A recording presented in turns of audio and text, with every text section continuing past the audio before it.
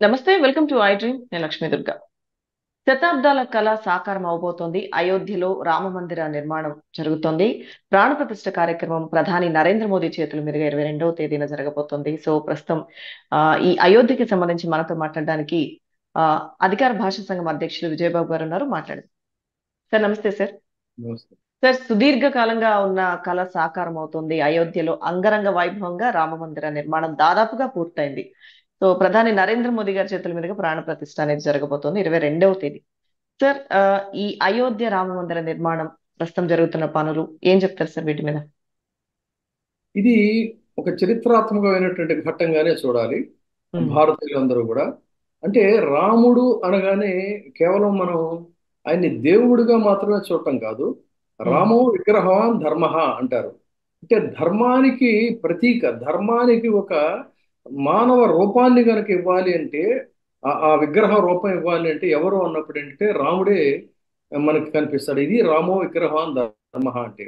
శ్రీరామ రామ రామేతి రమే రమే మనోరమే సహస్రనామ తత్తుల్యం రామనామ వరాననే. అంటే శ్రీరామ రామ రామేతి, ఆ, అంటే అక్కడ ఏంటంటే సహస్రనామ తత్తుల్యం, సహస్రనామాలు తత్ దానికి తుల్యం సమానమైనటువంటిది.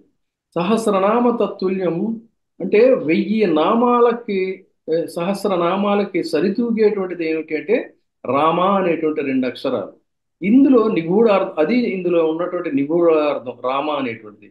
అందుకనే ఆ రామ అని పలకడంలో అది మనకి 1000 నామాలు 1000 సార్లు మనం పలికినట్టు అవుతుంది అనమాట. ఇందులో నిగూఢార్థం ఆ విధంగా చెప్పుకోవాలి. అటువంటి ధర్మానికి ప్రతీకగా ఉన్నటువంటి రాముడి యొక్క ఒక చరిత్రాత్మకమైనటువంటి పురాణ ప్రశస్తమైనటువంటి ఒక దేవాలయాన్ని తిరిగి మళ్ళీ మనం పునర్నిర్మించుకుంటున్నటువంటి ఒక అద్భుత ఘట్టం కింద దీన్ని మనం చూడాలి. ఉమ్, అటువంటి అద్భుత ఘట్టంలో ఇది చాలా మంది ఏమనుకున్నారంటే ఇక మన వయసు అయిపోతుంది, తరాలు అయిపోతున్నాయి, ఇది ఎప్పుడు కూడా ఇంతేలే భారతదేశంలో అనేటువంటి ఒక భావన నిన్నగాక మొన్నే లేపాక్షి వెళ్ళొచ్చా. ఆ ఆ లేపాక్షిలో అద్భుతమైనటువంటి ఆ శిల్ప సంపద, అపురూపమైనటువంటి ఆ శిల్ప సంపద అంతా కూడా చూస్తే భారతదేశం నిజంగా గర్వించదగినటువంటి సంస్కృతికి నిలయమైనటువంటి దేశం ఇది. కానీ స- ఇక్కడ ఏంటంటే ఈ యునెస్కో వాళ్ళు కూడా కొంత, అందులో కూడా కొంత పాలిటిక్స్ ఉంటుంది. ఉమ్, నిజానికి యునెస్కో కనుక గుర్తించగలిగితే మన దేశంలో ప్రతి ప్రాంతంలో కూడా అపురూపమైనటువంటి చరిత్రాత్మకమైన చారిత్రక కట్టడాలు ఇవన్నీ కూడా ఉంటాయి, శిల్ప సంపద ఉంటుంది. ఉమ్, అలాంటిది అది చూసినప్పుడు నాకు ఎంతో బాధ అనిపించింది. ఎంతమంది ఫారెన్ టూరిస్టులు మనం నిజానికి వాళ్ళందరినీ కూడా ఆకర్షించవచ్చు. ఆ విధంగా రేపు ఈ అయోధ్య రామాలయం కూడా ప్రపంచంలోనే ఒక అపురూపమైనటువంటి కట్టడంగా, ఉమ్, దేశ విదేశాల నుంచి అనేక మంది యాత్రికులను ఆకర్షిస్తుంది అనడంలో కించిత్ సందేహం లేదు.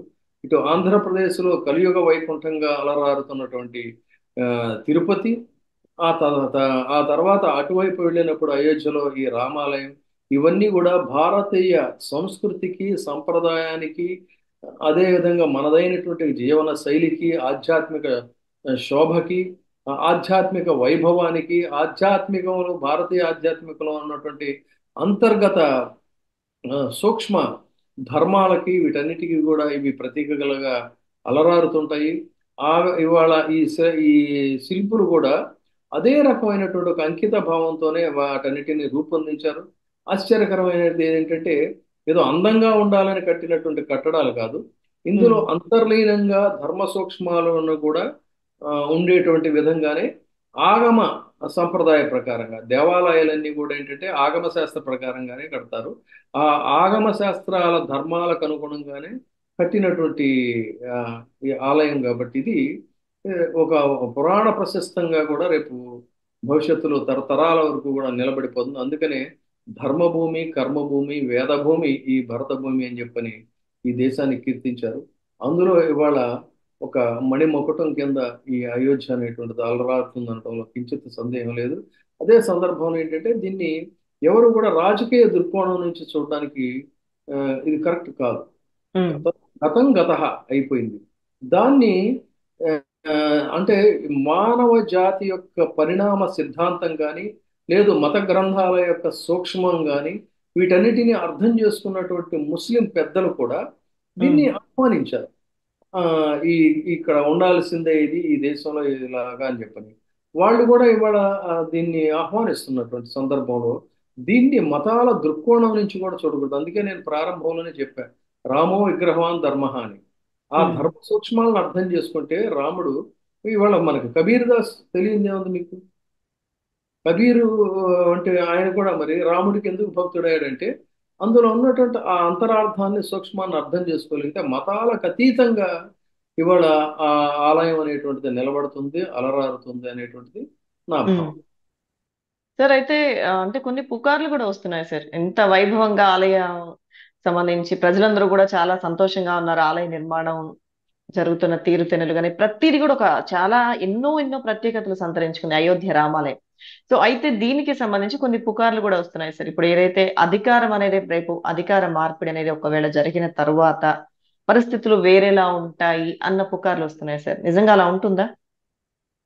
అటువంటి పుకార్లు కూడా వస్తున్నాయి కానీ ఇక్కడ ఇదేదో ఇప్పుడు ఉన్నటువంటి ఎన్డీఏ ప్రభుత్వం లేదంటే బీజేపీ ప్రభుత్వం వాళ్ళ పార్టీ కార్యాలయాన్ని నిర్మించుకోలేదు. ఒకవేళ పార్టీ కార్యాలయాలైనా అధికారాలు మారిన తర్వాత వాటిని ఇంకొక అధికారంలోకి వచ్చినటువంటి వాళ్ళు ధ్వంసం చేయడం అనేటువంటి జరగదు. అలాంటిది ఇది అయోధ్య రామాలయం అనేటువంటిది భారతదేశంలో రాజకీయాలకు అతీతంగా ముందే చెప్పినట్టు అశేష భక్త జనులందరూ కూడా చిరకాలంగా కోరుకున్నటువంటి స్వప్నం. ఉమ్, ఇవాళ ఆ స్వప్నం సాకారమైంది. ఆ సాకారానికి ఆకారమే రాముడు. అటువంటి రాముడికి సంబంధించిన విగ్రహాన్ని ఏదో అధికారాలు మారినంత మాత్రంలో మళ్ళీ ఏదో చేస్తారు అది ఇది అనేటు ఇది కేవలం వట్టి పుకార్లు మాత్రమే. ఆ, కాబట్టి అలాంటి అవకాశం కించిత్తు లేదు, అది జరిగేది కాదు. కాబట్టి దాంట్లో ఎవరికి కూడా సందేహాలు అవసరం లేదు. అందుకే చెప్తున్నా, దీన్ని ఉమ్. రాజకీయ దృక్కోణం నుంచి చూడటం కూడా సంస్కారం అనిపించుకోదు, నాగరికత అనిపించుకోదు. సార్, అభివృద్ధి అనేది కూడా అంటే ఇప్పుడు ఇంత పెద్ద ఆ, నిర్మాణం అది జరిగిన తరువాత అంటే కొన్ని అభివృద్ధి కార్యక్రమాలు చేస్తామని కూడా యూపీ సీఎం యోగి ఆదిత్యనాథ్ గారు చెప్తున్నారు. సో ఆ విధంగా డెవలప్మెంట్ విషయంలో ఏం చెప్తారు సార్? ఖచ్చితంగా ఇప్పుడు ఒక అపురూప కట్టడం, అపురూపమైనటువంటి కట్టడాన్ని నిర్మిస్తున్నప్పుడు ఇదేదో ఒక కొద్ది రోజుల్లోనూ అయిపోయేది కాదు అది. అదే ఇప్పుడు ఈ రోజుకి చూడండి, మనకి ఇంత కలియుగ వైకుంఠంగా అలరాడుతున్నటువంటి వెంకటేశ్వర ఆలయం ఉమ్, శతాబ్దాల కాలంగా కూడా అంటే శతాబ్దాల నుంచి ఉన్నప్పటికీ కూడా బ్రిటిషర్స్ కాలం నుంచి తీసుకున్నట్లయితే ఆ ఉమ్, అభివృద్ధి అనేటువంటిది ఆ అభివృద్ధి పరంపర అలా కొనసాగుతూనే ఉంది. ఇప్పటికీ కూడా ఇంకా అక్కడ నిర్మాణాలు ఏర్పాట్లు అన్ని కూడా ఎప్పటికప్పుడు జరుగుతూనే ఉంటాయి. ఉమ్, అలాంటిది ఇప్పుడు మరి ఇక్కడ కూడా అదే విధంగా అభివృద్ధి కార్యక్రమాలు అనేటువంటి నిరంతరంగా నిరంతరాయంగా నిర్నిరోధంగా నిరాటంకంగా సాగిపోతూనే ఉంటాయి. అందులో ఏమి సందేహం లేదు. ఉమ్. కాబట్టి ఇది ఆహ్వానించదగినటువంటిది. ఒక సత్సంకల్పానికి మనం రాజకీయ రంగుటద్దాల నుంచి చూడటం కానీ దానికి రాజకీయ రంగు పొలవటం అనేటువంటిది అయితే ఉమ్.